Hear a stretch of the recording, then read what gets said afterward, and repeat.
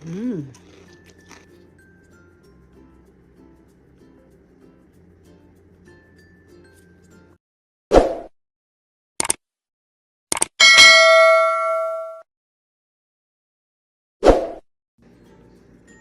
Hello guys! Happy New Year po sa lahat. Kumusta na po kayo? Welcome back po ulit sa Lutong Pinoy sa Amerika. And for today's video po, may mga nagre-request po nito sa akin, yung aking garlic fried chicken recipe. Dahil nagustuhan po nila ito, pag pumupunta po sila dito sa amin, niluluto ko po ito sa kanila. So ito po, ibibigay ko na po yung request ng mga friends natin na kumukuha ng recipe ng ating garlic fried chicken. Ito po yung mga kakailanganin natin sangkap. Ito po yung ating mga ingredients na ilalagay sa ating fried chicken. Paki-screenshot na lang po.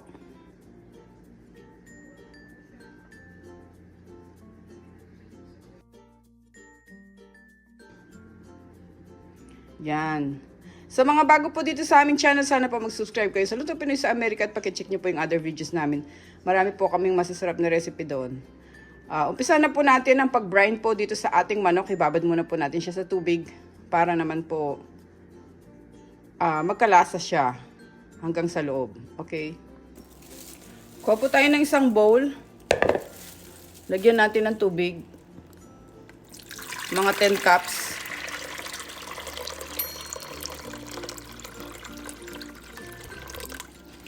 Tapos lagyan din po natin ng asin. Yan. Lagyan po natin ng 2 kutsarang asin.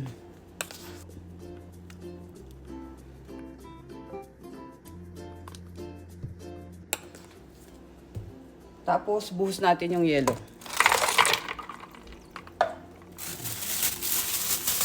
Tunawin muna po natin yung asin.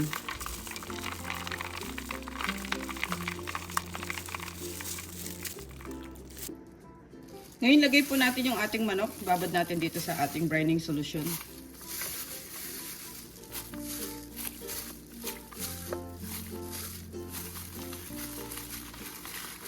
Lagay natin yung takip, guys. Babad muna natin sila ng mga 2 hours. Tapos babalik po ako after 2 hours. Ngayon, guys, after 2 hours, okay na tong chicken natin. Ito, kinuha ko na sila. Tanggalin natin yung takip. Pati bubuhos natin dito sa ating strainer para matanggal yung tubig.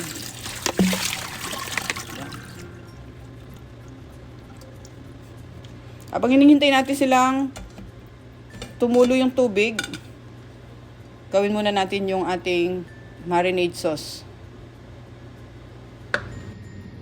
Kunin lang natin sandali yung chicken. Tap natin sa paper towel para mawala yung excess water.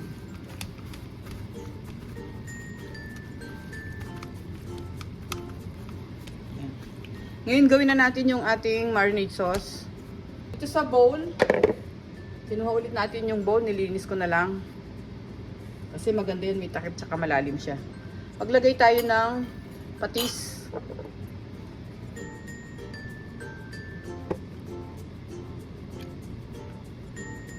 Yan. 3 tablespoon. Tapos lagay din tayo ng calamansi juice.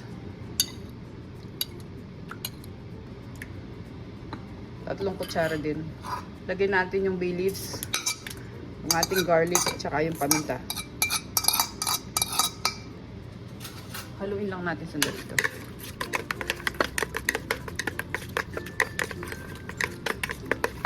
Yan. Ngayon lalagyan na natin yung manok.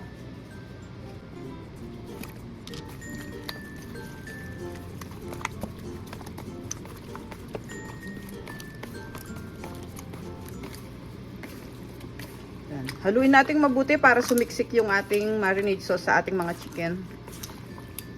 Para malasang-malasa sila. Ngayon, ibababad lang natin to ng mga 3 hours. 2 to 3 hours lang, guys. Kung gusto niyo ng overnight, syempre mas maganda, mas matagal. Pero kasi gusto ng mga bata na magluto na ako ngayon, kaya 3 hours ko na lang sila ibababad. Ibalik natin ulit yung takip.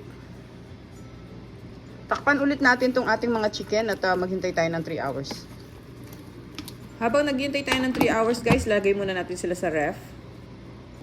So, habang nakamarinate na yung ating manok, naghihintay tayo ng time, pwede na natin gawin yung ating breading. Naglagay na ako dito ng 2 cups ng harina. Tapos, kumuha na rin ako ng 1 cup ng cornstarch. Isasama natin siya dito.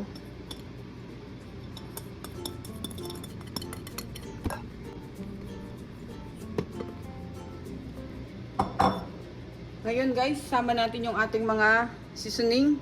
Meron tayo ditong paprika, asin, turmeric powder, black ground pepper, chicken powder, garlic powder, at saka yung onion powder. So lahat ng ito, bali 7 sila, isasama natin dito sa ating flour or all-purpose flour. Okay, lagay natin dyan.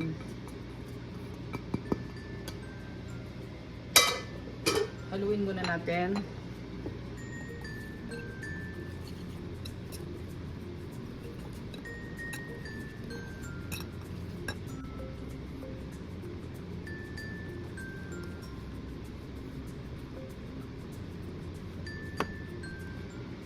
Kapag nahalo na natin na maayos yung ating breading guys, pwede tayong kumuha ng 1 cup.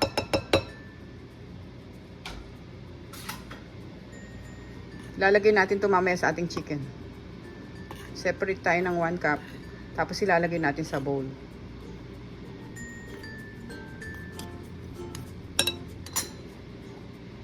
Set aside muna natin to. Lagay muna natin dito habang hinintay natin yung ating chicken. Okay guys, after 3 hours, ito kinuha na po natin yung chicken sa ref. Pinalamig po natin siya doon. Ngayon tatanggalin natin to sa sauce niya. Ililipat ko sila dito sa bowl. Para tanggalin natin sila sa kanilang pagkaka-marinate.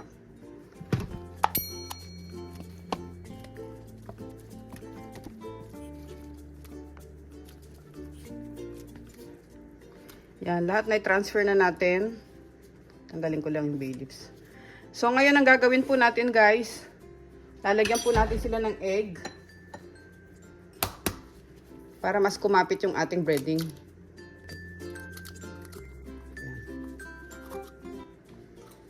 Tapos imimix natin or imamassage natin.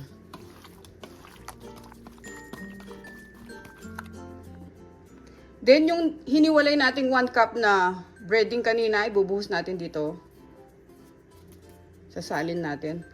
Tapos, yan, mamassage ulit natin.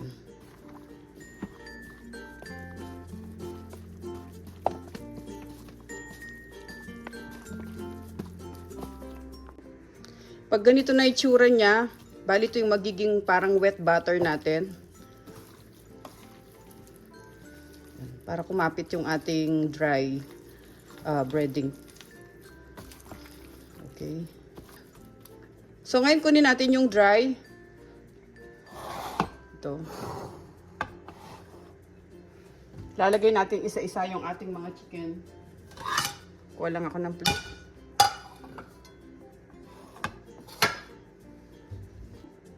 Naglagay lang ako ng isa pang gloves dito para dito sa ating dry sa breading natin. Tapos maglagay tayo isa-isa.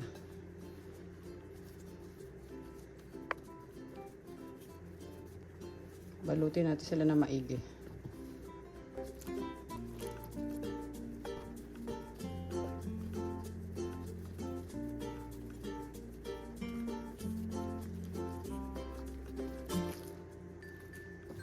Tuloy-tuloy lang tayo hanggang matapos natin lahat.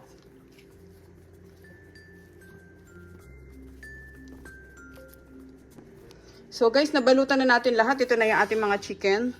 Kung may sobra kayong breading, pwede nyo itabi yan. Lagay nyo lang sa ref para hindi mapasukan ng insekto or hindi siya makontaminate. So, ito yung ating mga chicken. Pwede na natin silang prituhin sa labas. Okay. Buksan natin yung stove. Painit tayo ng mantika sa kawali. Dito na lang ako nagpiprito guys kasi sa loob. Mangangamoy tsaka yung mantika. Talsikan ng talsikan. Kaya mas maganda dito sa labas tayo magprito. Tignan natin ng minute. Ang una natin gagawin, magpiprito muna tayo ng bawang. Maglalagay ako konting mantika. Kasi itatoppings ko ito sa ating chicken mamaya pagka naluto na sila. Ngayon pwede na siguro yan. Lagay ko yung bawang.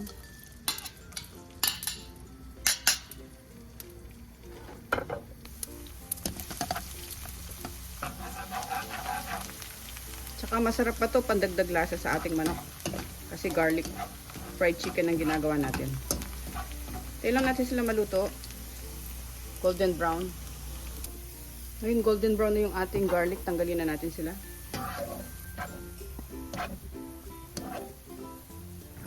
Ngayon dagdagan na natin ng mantika yung ating kawali.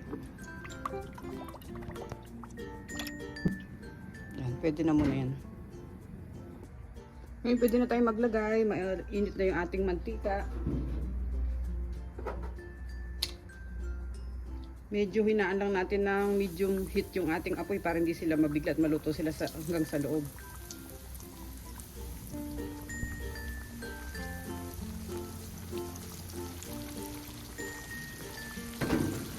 Yan, hintayin natin silang mag golden brown.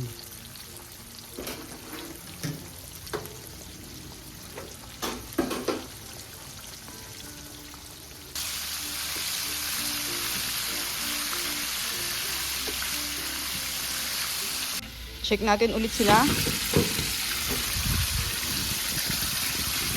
Medyo malakas ang hang.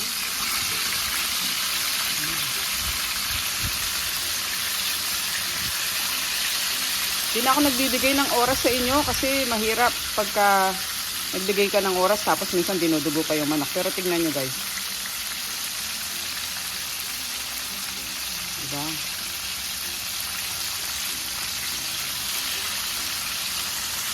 Yan, luto na yung ating chicken. Pwede na natin ilagay dito sa ating tray para mawala yung excess oil.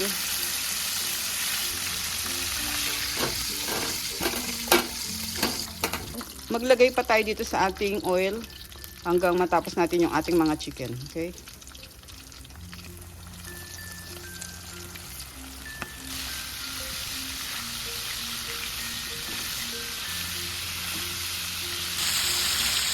Okay guys, pwede na rin itong iba. Tanggalin na natin.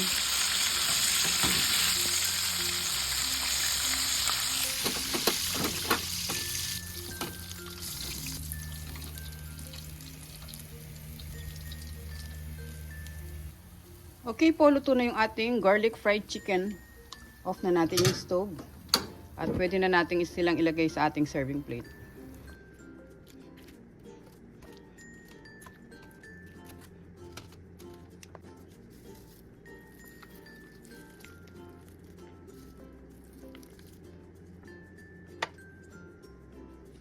Okay guys, ito na po ang ating recipe for today. Pasensya na po kayo sa boses ko, medyo inuubo po. Kaya, ito po, napakasarap po nito guys. Subukan nyo po, talagang hindi po kayo magsisisi.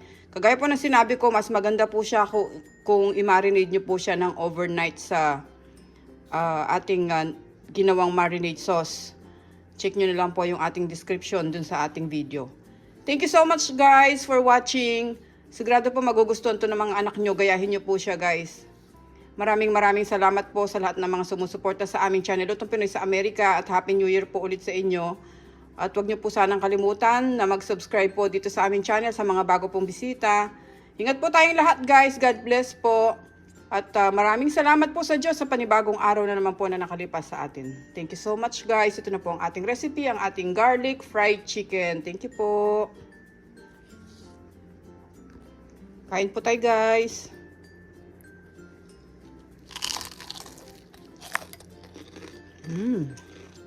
Napakasarap po guys, oh. Napakalasa at napaka-juicy po.